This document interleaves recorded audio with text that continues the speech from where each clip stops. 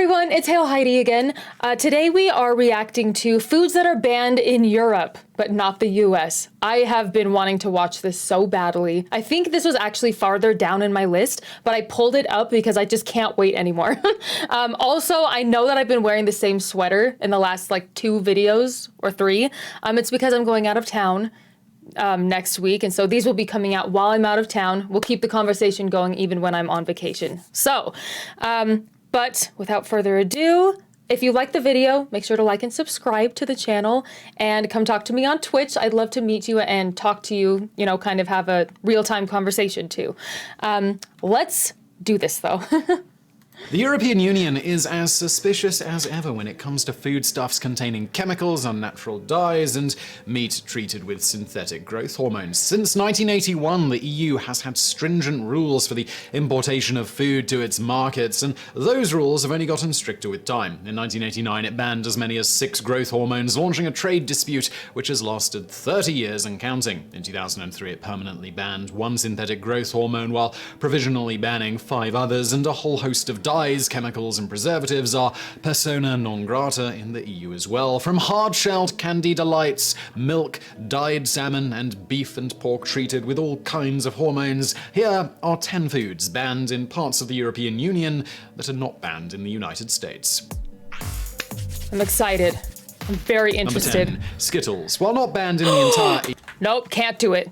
Love Skittles. Just kidding. It's okay. Let's learn actually why. EU, Skittles are banned in Sweden and Norway for containing yellow dye number 5 and 6. In most parts of the EU, all that's required of the Wrigley Company, a division of Mars Inc., is to include a disclaimer suggesting that the candy could cause adverse health effects and hyperactivity. Still, it's thought that these dyes can cause allergic reactions in some people, and FDA tests have shown that red dye 40, yellow 5, and yellow 6 all contain cancer-causing agents like benzodiazepine and 4-aminobiphentyl, and the levels released in the body could be much higher than the FDA is reporting, thanks to the fact that routine tests tend to find less of these cancer-causing carcinogens than when they actually pass through the colon. Still, we've never heard of anyone in the US being hospitalized after eating Skittles, but maybe that's just what they want you to think. Number 9. RBGH or RBST milk. The main I'm sure with the, well, I'm not sure, but I kind of assume that with the red dyes and things like that, I would think that maybe it's small, you know, small effects. Maybe it is cancer causing, but I'm sure that eating some Skittles that's not the only thing that will give you cancer. Maybe it just like makes the process go faster when it comes to cancer building in your body or something. I wonder like how effective it is, and for if it's in everybody or if it's just certain people. Reason cited by the European Union, RBGH or RBST milk. The main reason cited by the European Union for banning both recombinant bovine growth hormone and its synthetic counterpart, recombinant bovine somatotropin, RBST, officially is due to animal cruelty concerns, but there may be other adverse health effects linked to the use of these hormones. Both RBGH and RBST have been tenuously linked to the developments of certain cancers.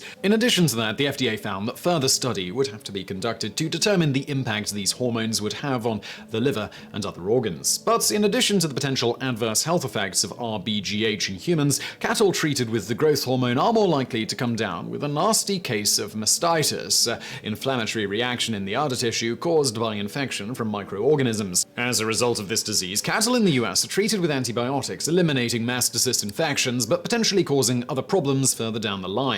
Although the World Health Organization is primarily concerned about the over-reliance and overuse of antibiotics in humans, claiming that this could lead to the evolution of a superbug, 90% of antibiotics consumed aren't taken by humans. They're fed to otherwise healthy animals. And experts warn that this could lead to our livestock essentially becoming superbug factories. As the bacteria they harbor become more and more resistant to antibiotics, it's only a matter of time before these traits get passed on to bacteria that are harmful to humans. Number Number 8. Papaya, corn, and soy. That was a lot. The genetically modified organisms, or GMOs, used in vegetables and fruit in the US have allegedly been linked to some nasty health problems. I did know about However, this one. whether this is actually the case, we just don't know. While it is true that the US treats its produce and fruit with GMOs to make them more resistant to different diseases, and this can be largely beneficial, more research does need to be conducted in order to determine which of these is harmful to humans. Unlike the US and the FDA, the EU takes a far more cautious approach when it comes to approving GMOs, meaning that they must pass rigorous tests and environmental monitoring before they are deemed safe for consumption by citizens in their countries. However, even their system is not perfect. Recently, a batch of GMO-treated papaya began circulating through EU-controlled markets. The culprits appear to be farmers in Thailand who mass-produced GMO-treated crops. Number 7. Breads containing azodicarbonamide. Azodicarbonamide Wait, what now? Hold on. produced GMO-treated crops. Number 7. Breads containing... What the heck is that? Containing azodicarbonamide. Zodicarbonamide. Why? Why does it have to be that long? Whew.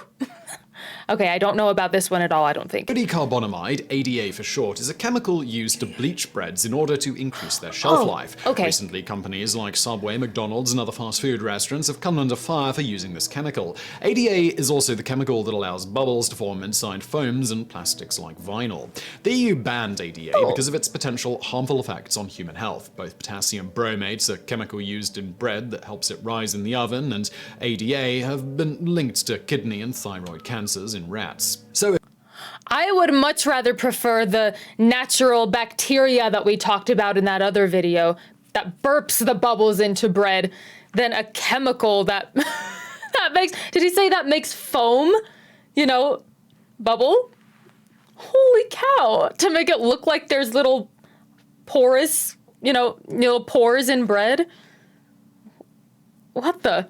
if China, Brazil, and the European Union have all banned the use of this chemical in their breads, well, why haven't the US? The fact of the matter is that the FDA just doesn't think it's dangerous. After multiple studies, it's ruled that it's not harmful in humans. The question you have to ask yourself is, well, which research do you trust more?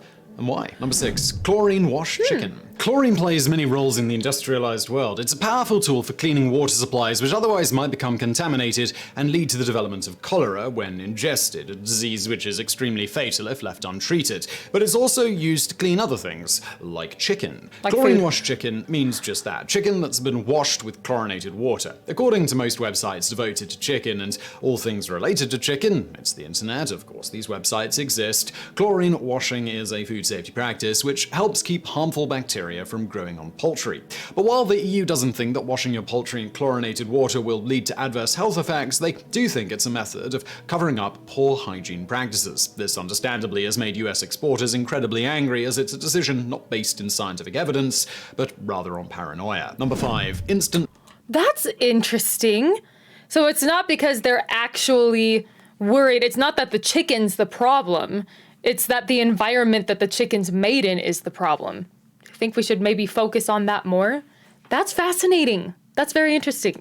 Mashed potatoes. While the FDA will argue otherwise, the preservatives butylated hydroxyanazole, BHA, and butylated hydroxytoluene found in instant mashed potatoes. Butylated sounds like mutilated. Do they have a connection? I doubt it, but it sounds like very brutal to me.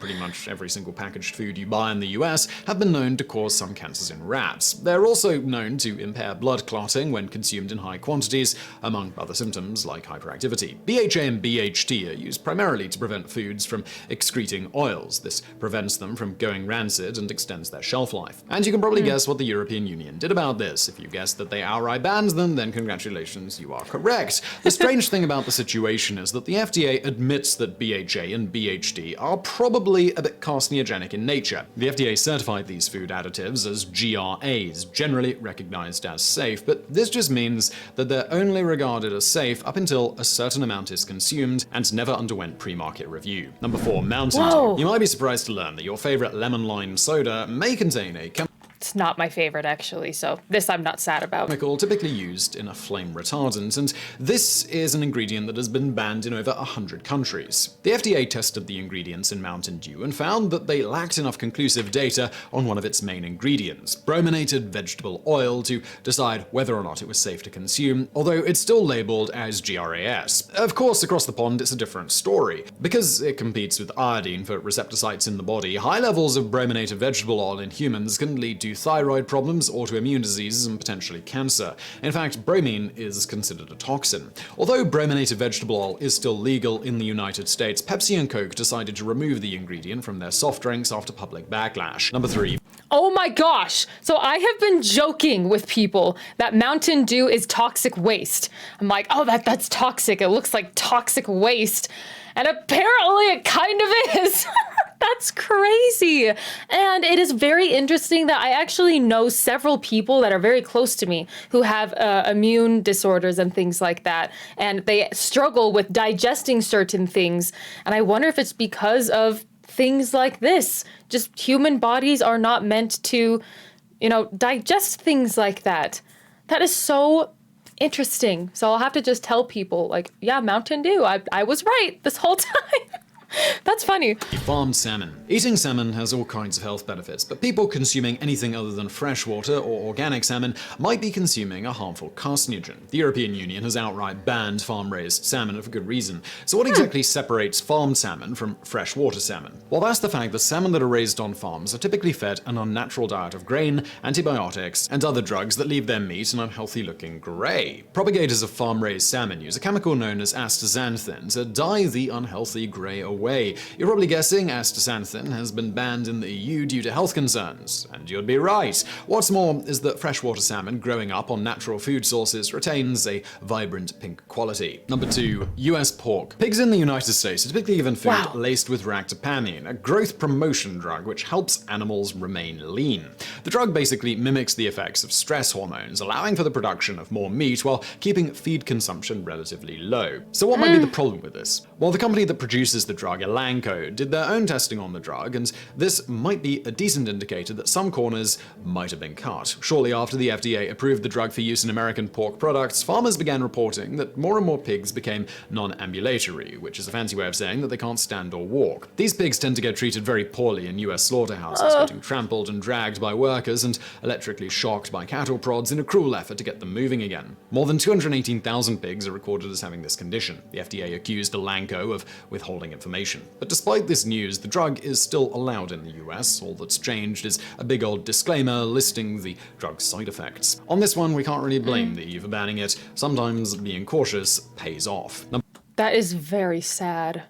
Oh my gosh. That is another topic that I'm like, man, do I want to know what happens in slaughterhouses like that? I do want to know because I want to learn things. But man, that kind of stuff is ridiculous.